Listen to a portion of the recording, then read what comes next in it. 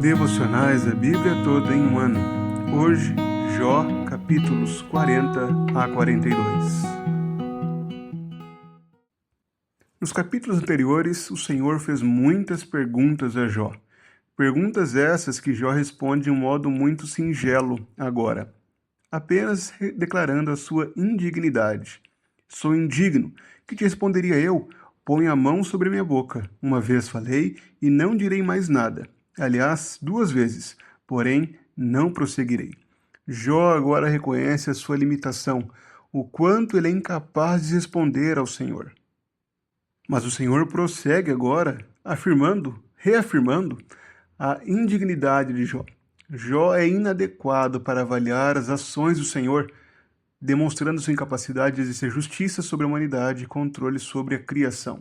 O controle que somente Deus tem, Jó não possui. Jó não pode trazer justiça. É isso que o Senhor declara em seguida. Se Jó se diz tão digno, por que ele não levanta então e começa a fazer justiça contra os ímpios? Por que ele não age contra os ímpios e os julga, já que ele é tão reto assim, tão poderoso? Além disso, falta a Jó poder para exercer controle sobre a criação. E isto é óbvio, a partir dos exemplos de Behemoth e Leviatã, 2 criaturas que o Senhor descreve com todo o seu poder e glória.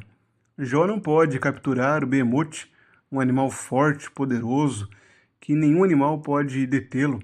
Jó não pode capturar o Leviatã, sendo assim absolutamente desqualificado para enfrentar o soberano Criador. O que sobra a Jó é apenas se arrepender. É o que ele declara no começo do capítulo 42. Bem sei que tudo podes, e nenhum dos teus planos pode ser frustrado. Tu perguntaste, quem é este que sem conhecimento encobre os meus planos? Na verdade, falei do que eu não entendia, coisas que são maravilhosas demais para mim, coisas que eu não conhecia. Disseste, escute porque eu vou falar, farei perguntas e você me responderá. Eu te conhecia só de ouvir falar, mas agora os meus olhos te veem. Por isso me abomino e me arrependo no pó e na cinza.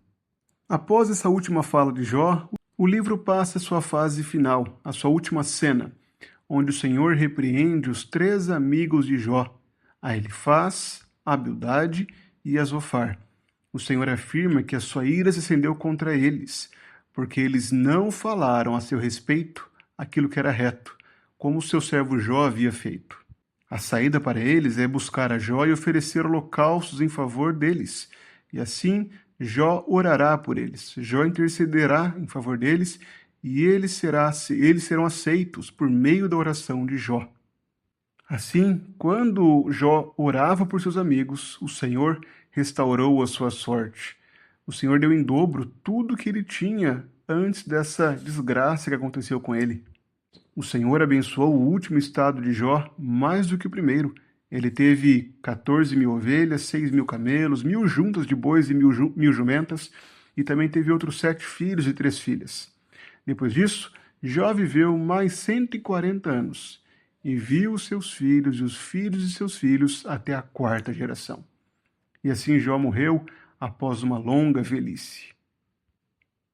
Aos leitores originais, o clímax do livro mostra que o temor do Senhor e a confiança na sua soberania são mais fundamentais do que a explicação do sofrimento. Deus está no controle até mesmo do caos. Ele age com justiça, mesmo quando não entendemos. Jó é exemplo de alguém que persevera até ser purificado e restaurado, e Deus corrige a falsa teologia dos amigos. O livro ensina que a fidelidade a Deus transcende recompensas imediatas e que o verdadeiro justo vive pela fé e reverência, mesmo no sofrimento. Esse livro, O Sofrimento de Jó, serve de prefiguração do sofrimento que Cristo, o justo, teria na cruz. Mas, ao contrário de Jó, Cristo é totalmente justo, não há nenhum tipo de condenação. Jó é repreendido no final por sua arrogância, por tentar tomar justiça para si, por tentar se fazer de poderoso. Mas Cristo foi humilhado, sendo poderoso, sendo justo, a fim de que nós, que somos limitados e injustos como Jó era, fôssemos perdoados pela graça de Deus. Jó também prefigura Cristo por sua intercessão. É por meio de Jó que os seus amigos são perdoados, são restaurados. E nós também somos feitos agora amigos de Cristo. E é por meio do nosso amigo, do nosso intercessor, que nós podemos desfrutar do perdão de Deus e da sua misericórdia. Se não somos condenados, é porque Cristo intercede por seus irmãos, intercede por nós. Ele sofre, ele ora por nós e depois ele também é exaltado como nosso Rei e nosso Senhor. Nós aprendemos por meio desses textos que nós somos confrontados pela grandeza de Deus. Assim como Jó, fomos confrontados com o fato de sermos limitados e que o nosso sofrimento, por mais que seja algo desagradável a nós, está sob o controle de Deus e que nós muitas vezes pecamos quando tentamos questionar os planos de Deus. Na verdade, o que devemos fazer é andar em humildade e arrependimento. Nós somos chamados a abandonar a nossa autossuficiência em acharmos que podemos lidar com todos os problemas e que temos o governo em nossas mãos. Devemos reconhecer que o único Senhor, o único que é todo-poderoso, é o nosso Deus, é aquele que é plenamente revelado em Cristo.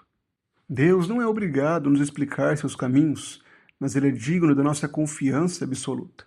O chamado primordial, assim como todo o texto bíblico, é para que depositemos a nossa fé em Cristo, naquele que é a revelação plena do Pai, naquele que nos torna mais conscientes de quem é nosso Deus e do que ele requer de nós, que ao olharmos para Cristo, ou aprendermos mais sobre Cristo, nós cresçamos em confiança, sabendo que pertencemos ao Senhor e que ele conduz a nossa vida para a sua glória. Que diante dos desafios, problemas, angústias, aflições, o nosso coração não duvide da graça de Deus. Não ande irado com a justiça de Deus, mas descanse, sabendo que ele é totalmente justo, totalmente sábio, totalmente bom. Ele conduz a nossa vida para a sua glória. Que ao ouvirmos sobre a história de Jó, nós descansemos, sabendo que podemos não conhecer os planos de Deus, mas ele sabe muito bem o que está fazendo. Ele está nos conduzindo de forma sábia, para que sejamos conformados a Cristo. Confiemos nessa graça do Senhor a nos conduzir para a sua glória.